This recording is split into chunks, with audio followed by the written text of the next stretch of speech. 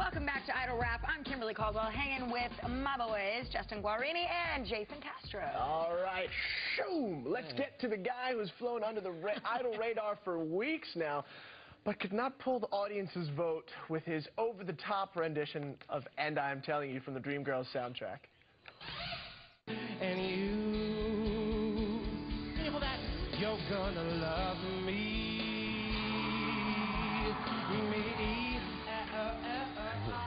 Jason. I love Norman Gentle. He's awesome, right? Yeah, it's hilarious. Great performance. Okay, you love Norman Gentle as a character on SNL, or you like Norman Gentle as someone to get in the top 12? I mean, I would love just to get to watch him, you know, but I don't think he really, I think kind of throws it off for everyone else, because everyone else is like trying their best to like be serious, you know, kind of throws off. You know, it would throw me off. I'd be like, man, it doesn't matter how good I sing. This guy's funnier than me, and I don't even get to be funny because I'm trying to sing. Yeah, I think, you know what, at first I was like, no, this guy shouldn't be in the top 36. I mean, come on, Idol is supposed to have a higher standard than that. But, you know, it was funny. It was fun. I feel bad for whoever it was who didn't actually make it into the top 36 because you knew that Norman was going to be gone. But at the same time, I think it was fun for what it was worth, but had he made it into the top 12, I think it would have really dinged Idol's reputation. You know, I don't think it would hurt to have him around a little longer. I wonder what his parents think. Yeah, I'd actually like to see him. It's great, and you know what? Good for him, because he's probably going to get some sort of something out of it. He'll probably wind up in a movie or something. Yeah, I mean, he'd be a great halftime show on the Idol tour, you know? Yeah, there you go. The Gentle Norman. Okay, next up was Matt Brightsky, who's saying "If You Can Only See" by Tonic, which Simon thought was boring and didn't suit the blue-collared singer. Watch this. And you got your life, and you got your manipulation.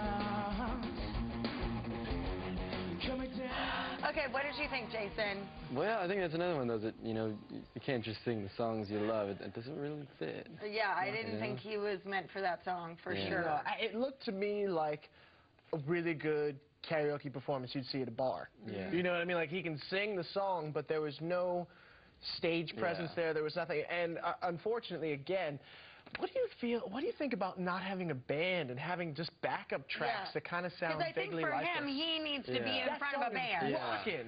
And it's just kind of like... especially through the TV just comes out, that guitar just sounds... boring. Yeah. Tough, crazy. Tough. And also Michael Sarver.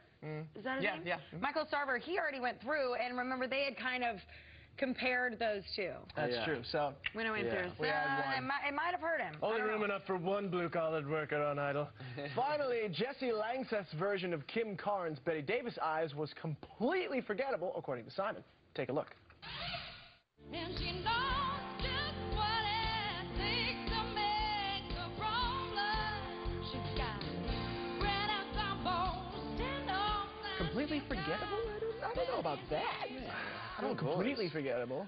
What I remember is that she was, we were talking about this earlier, she was trying to talk to Simon and Randy and ask them questions of maybe what she should do differently. But for me personally, I think it came off really disrespectful. And I know that she tried to turn it around after like 3 questions to the judges. I know she tried to turn it around and make it seem like, you know, she wasn't being disrespectful, but as a viewer, and also being in that position, I felt like it was not her place to go there. Yeah, so I think that might have hurt her. What did you think of the whole thing? It's kind of hard in that position, you know.